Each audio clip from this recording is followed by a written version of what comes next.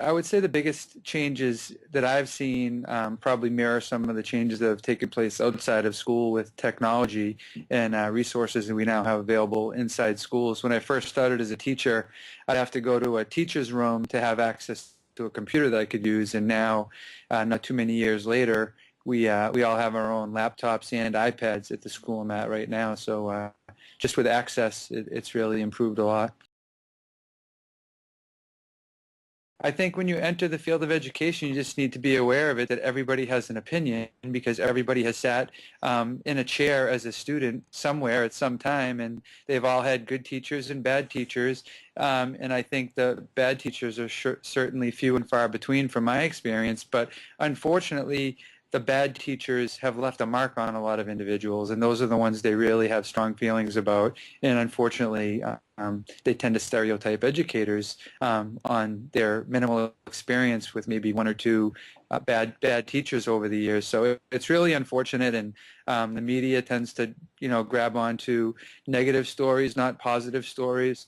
So I think you just have to get comfortable with the fact that that's the way it's going to be. I don't know that that's going to change, but I do think because of some of the resources that I mentioned earlier with technology and your ability to kind of be transparent with what's going on in your classroom and to have an online presence as a teacher or a principal, you can be your own PR person. You can clearly show what you're doing in your classroom and make your own mark and be clear on what your intentions are, and kind of overcome some of that negative publicity that can come from outlets that are outside of our control as educators. I personally, and fortunately enough, in the school I'm currently in, we don't have teachers leaving because of burnout. But I think I'm getting the top candidates for positions here, and we're fortunate enough to attract them, and then they stay because of the environment. I think the burnout is happening because teachers are going into situations where they're not supported. They're given the toughest caseloads. They may not have the mentoring that they need on hand. So I really think it's probably, if we looked at where these situations, where there's high teacher turnover, it's not a teacher issue. I think it's a culture issue of that particular school. If your primary focus is to pass a standardized test, I mean, then you need to get out of that school if you can. Hopefully you're in places where, if we're doing some of the higher order critical thinking, having engaging classrooms, using challenge-based learning activities, those types of things are going to have our kids better prepared for the real world, whether they're going on to college or the workplace, and they're also going to do fine on a standardized test. Standardized tests are a low bar, and I think if all you're trying to do is pass a standardized test, we don't even need teachers to do that anymore. We can have computer programs and have kids sit there and do drill and kill with computer programs. So I think if you're doing that, if you're in an environment where the administration isn't going to give you the flexibility as a professional to kind of put your own slant on your classroom within the curriculum frameworks, then you need to look elsewhere. And if you're doing that and you're in a school that's the modus operandi, then I think you're making yourself irrelevant as an educator. And we've been one-to-one since back at the beginning of the year. We spent a couple of years getting ready for this, but ultimately, again, it comes down to the mission statement of our schools. And I think most of them say something about the fact that we're trying to produce responsible citizens ultimately by the time they leave our school. And if we're not focusing on digital citizenship heavily in this day and age, then we're not focusing on citizenship. So I think we should just take it out of the mission statement if you're not going to do it.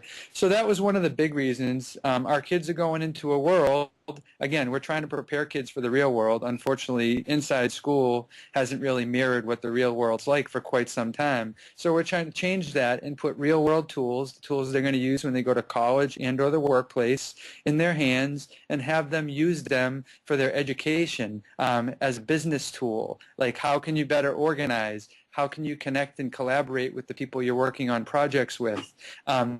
Because right now our kids are just using these tools as a social tool in their own lives to connect with their friends and have conversations. And the parents right now, because things have changed so quickly, it's foreign to a lot of parents. So if we're not doing this, showing them how to use these tools constructively for their work, then we're not doing our jobs, frankly. And there's so many resources, again, that can help us create more engaging classrooms when you put internet-based device in the hands of every child. We're really, the kids have smiles on their faces. Teachers are doing some things that they could have never done before in regards to connecting our kids with other kids and having every student in the class weigh in on a topic every day of the week. There's so many examples of things we can do when we put a device in the hands of every child. So I think we have a long way to go to get all schools to this point, but our kids here are very excited, our teachers are excited, and I think they're going to be more prepared than students that don't have an environment like this.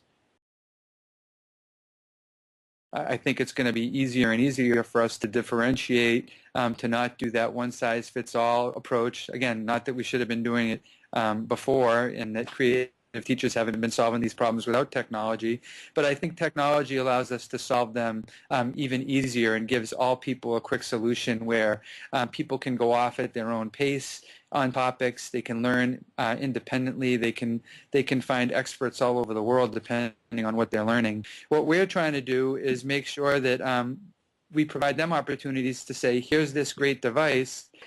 What can we do with it? Like, what innovations do you see using this device in your education as a student? So that's kind of what we're trying to get at. And so I'm hesitant because I know our kids are going to come up with things I never thought of, and that's what really excites me. But the big thing for us as schools is not to have guidelines that are too stringent and to stop our teachers from being creative and stop our students from being creative, because ultimately that's what's going to sell wherever they go. If they have the ability to be creative and look at things differently, they're going to be a benefit to any organization they go to. One of the things that people worry about when we talk about technology is that we lose that ability to interact in a face-to-face manner and to express ourselves verbally, because we're just doing it too much in online forums and online chats. So I think that still the number one thing about school is to set up a caring, nurturing environment where kids deeply feel cared about, and parents know that the adults they're sending their kids to every day care about them as individuals first and students second. And you certainly don't need any technology for that. And I think a lot of great schools have been doing that for a long time. And if you're getting into education and you don't care deeply about kids, or you don't want to have, I'm not saying like relationships that cross boundaries, those types of things we hear all the time, but if you're not willing to sit or take a kid aside when they're acting out of sorts and say, like, what's going on with you?